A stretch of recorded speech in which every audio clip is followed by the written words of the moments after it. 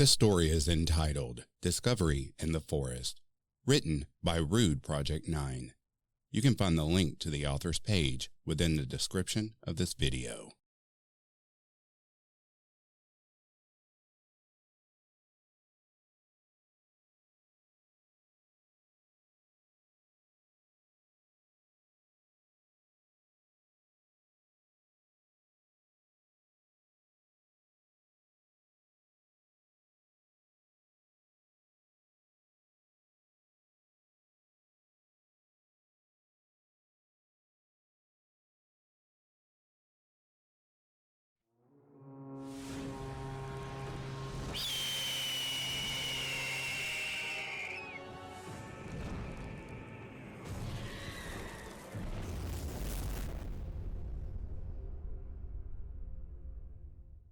I like the setting.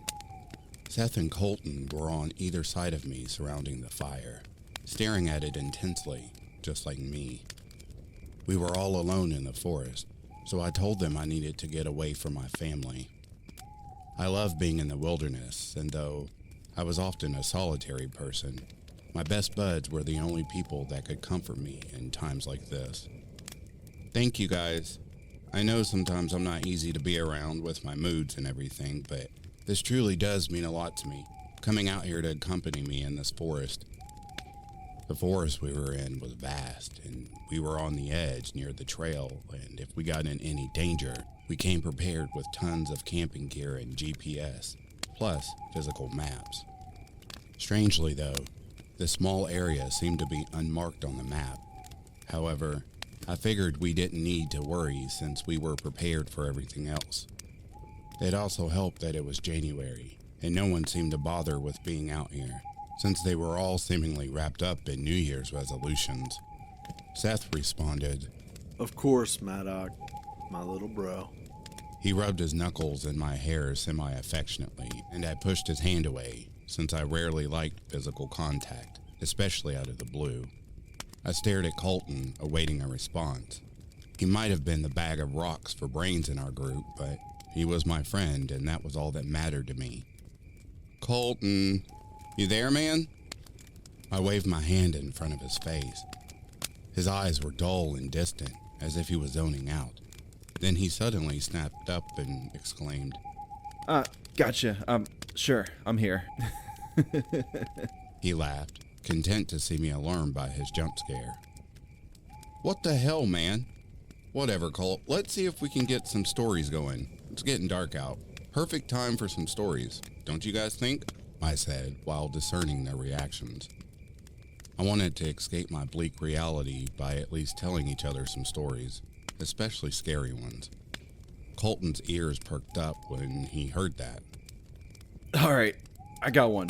Prepare your ears for this one. It was a late summer night.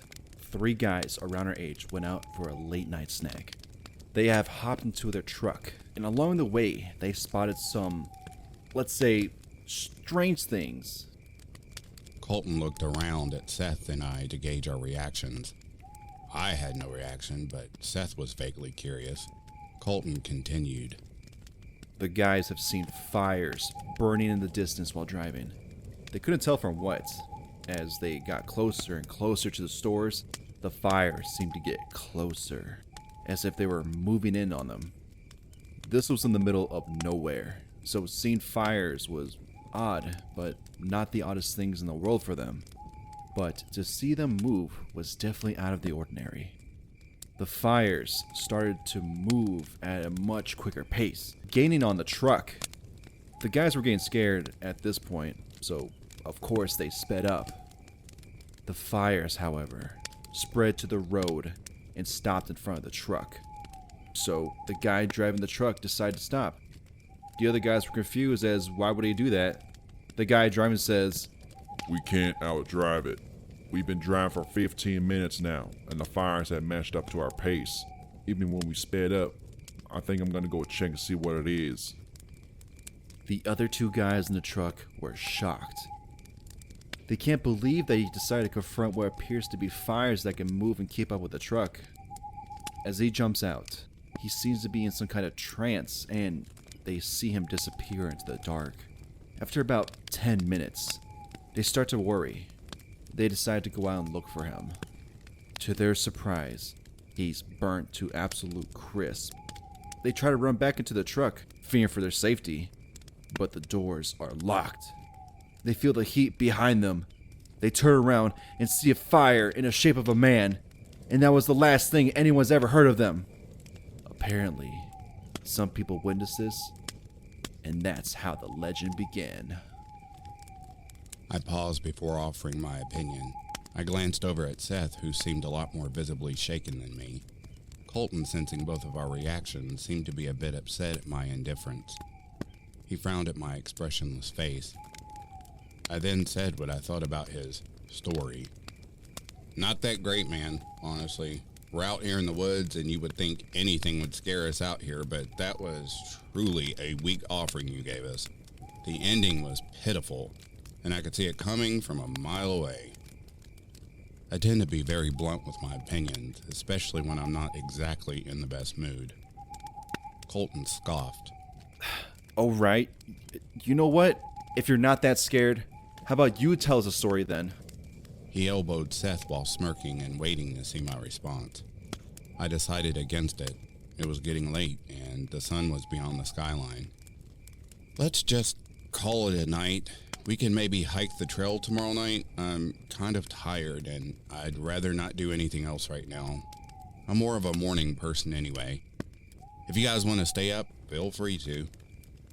Seth and Colton decided they'd stay up for a few more, and I headed into the tent to get some shut-eye. I closed my eyes and tried to imagine tranquility. The forest was quiet, bearing the birds and small insects that would stay up into the night. But those noises functioned like ASMR for me. It helped me finally have peace of mind. It must have been no longer than 20 minutes when I heard Seth come barging into the tent. I expected this sort of thing from Colton, not from Seth. I shakily sat up. Dude, what the hell was that for? Seth looked wide-eyed. Maddox, we heard sounds coming from deeper in the forest, but it didn't sound like any animal we know. We don't think we should set up camp here if we don't at least check it out and make sure it's not someone or something else doing suspicious activities we wouldn't want while we're sleeping, man. I thought about it for a second. He was right. Even though I wanted to sleep, sleeping in was a dumb alternative. Besides, I wasn't scared of whatever was out there anyway. Whatever it was.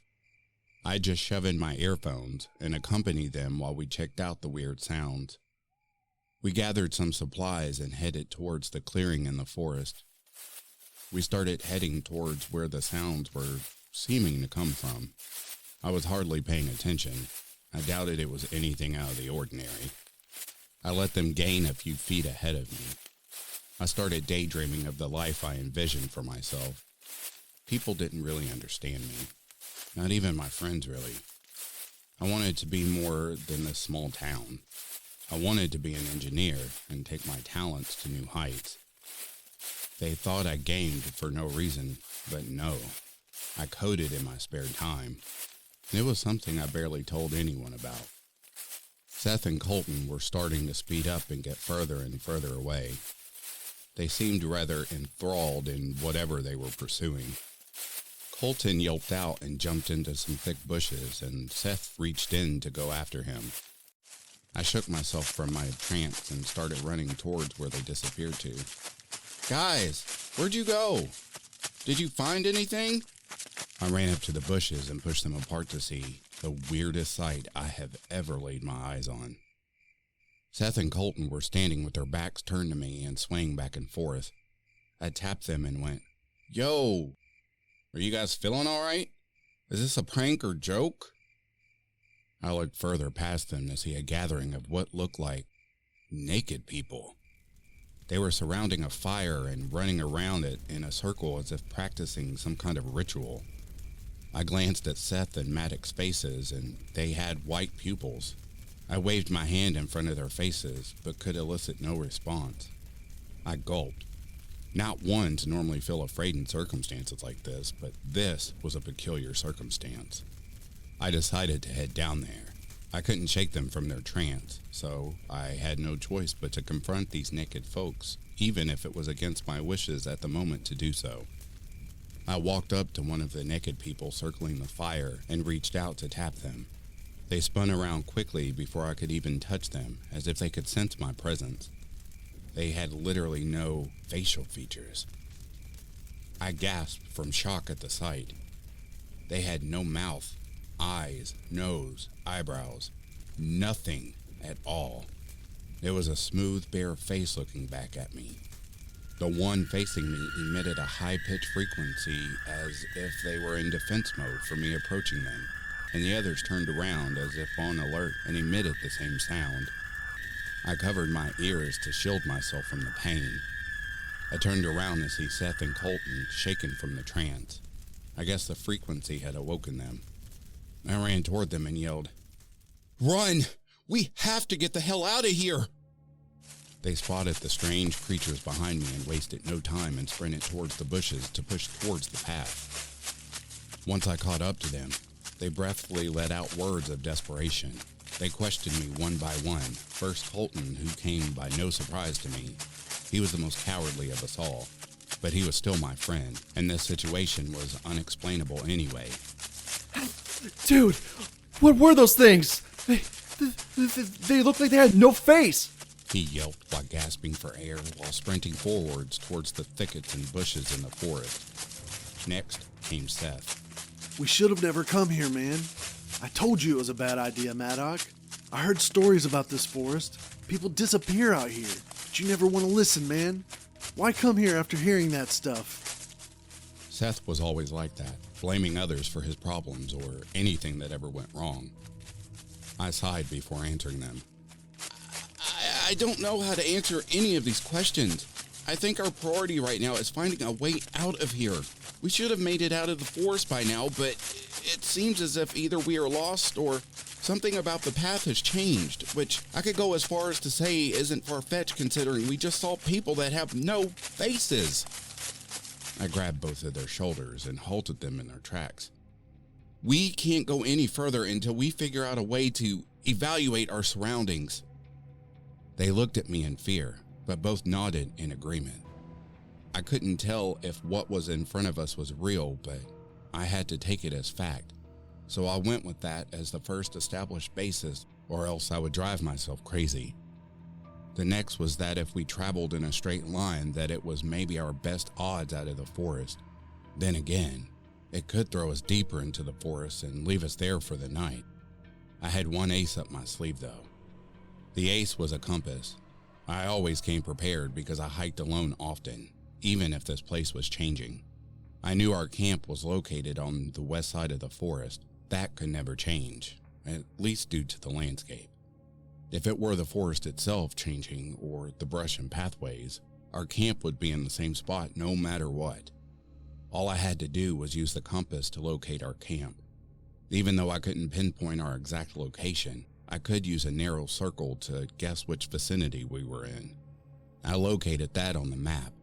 Bearings helped with this as well. I tried my best to scan for any landmark I could recognize, any hills, rivers, etc. If the forest was truly changing anyway, this would allow it to be much easier for me to locate a way out of here. I spotted a huge hill outside of the forest that could never move and decided to use that as my landmark. I found the hill on the map and decided to use my best knowledge of bearings and lining it up with a compass to figure out where in the map we were. Once I did, I told Seth and Colton and said we had to travel in the direction I was leading them to get out. We started heading that way.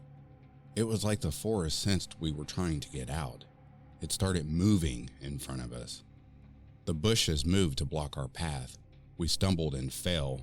We heard footsteps approaching. We all slowly turned around while sitting on the ground to face what we knew was coming.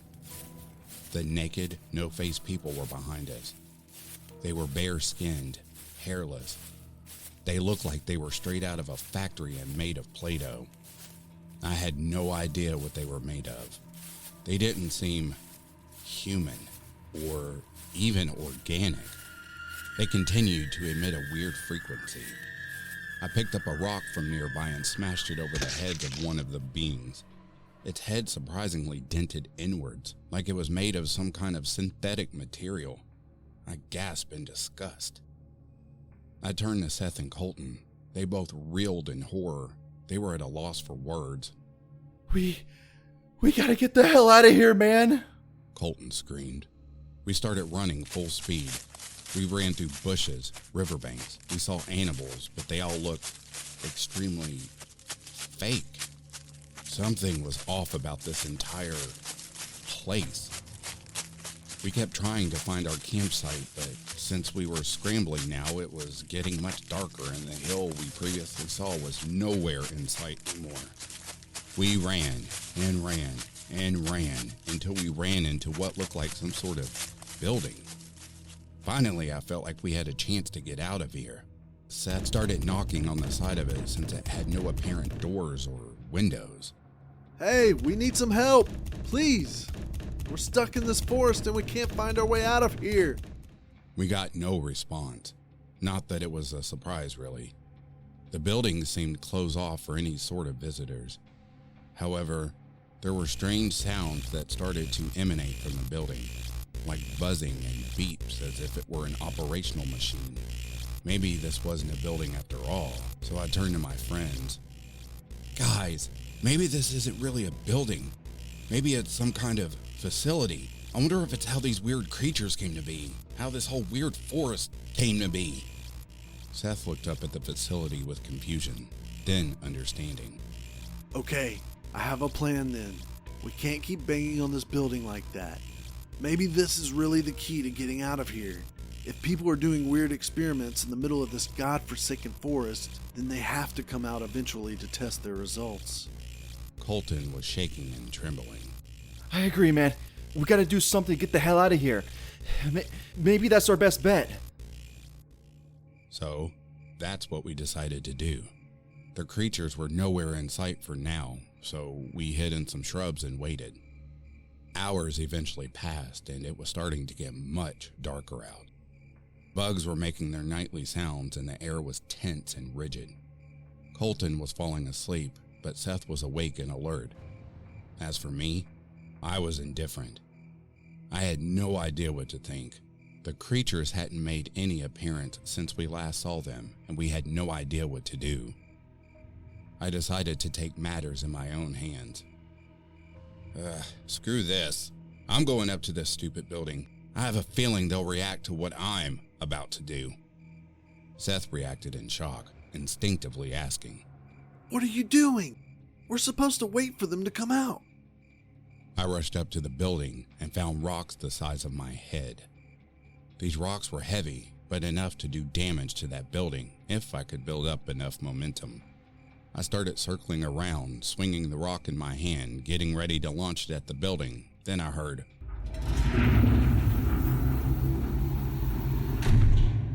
come from the direction of the building. I saw a slit in the side of the building. It was open. I gestured to Seth and he nudged Colton awake. They both ran over and were equally as shocked as me.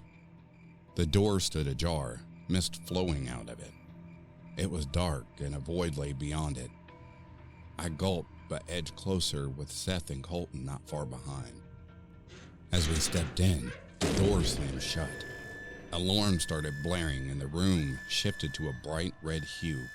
We all shielded our eyes from the bright light. I had to admit, for the first time ever, I was truly terrified. Watching on the monitor, I couldn't help but feel a little bit sorry for these three young lads. They were a part of something far greater than they could even comprehend. This forest was ground for tests and ways to figure out a way to save the world from a looming threat that they couldn't even begin to understand. Those human things out there without faces were just symptoms of the problem, not the exact problem. Since they were exposed, they could never leave now. They would end up just like them. A sorry way to go. Unable to speak? See? here or experience the world at all. A diabolical disease indeed. Professor, we've contained them. What's the next move? The question came from a subordinate of mine. I thought about it for a while. Perhaps we could study them a bit, but we hadn't collected the specimens before they reached the critical containment stage in which we could no longer keep them within the facility. Keep them under strict observation, and don't tell them anything. I want to run some tests. I have no idea how they stumbled into this forest. It's highly secure from the rest of the population. This particular area of the forest is in fact a pocket dimension, as you know, so it's highly unlikely that they could have stumbled across it by chance. But yet, here they are. This is an anomaly for certain. There must be something unique about them, and we'll figure it out. I shut off the monitors. These 3 boys would be here for an indefinite period of time. I couldn't risk them infecting anyone else. It's sad their lives had to turn out this way, but hopefully it wouldn't all be for waste. Maybe they were the key to solving all of this.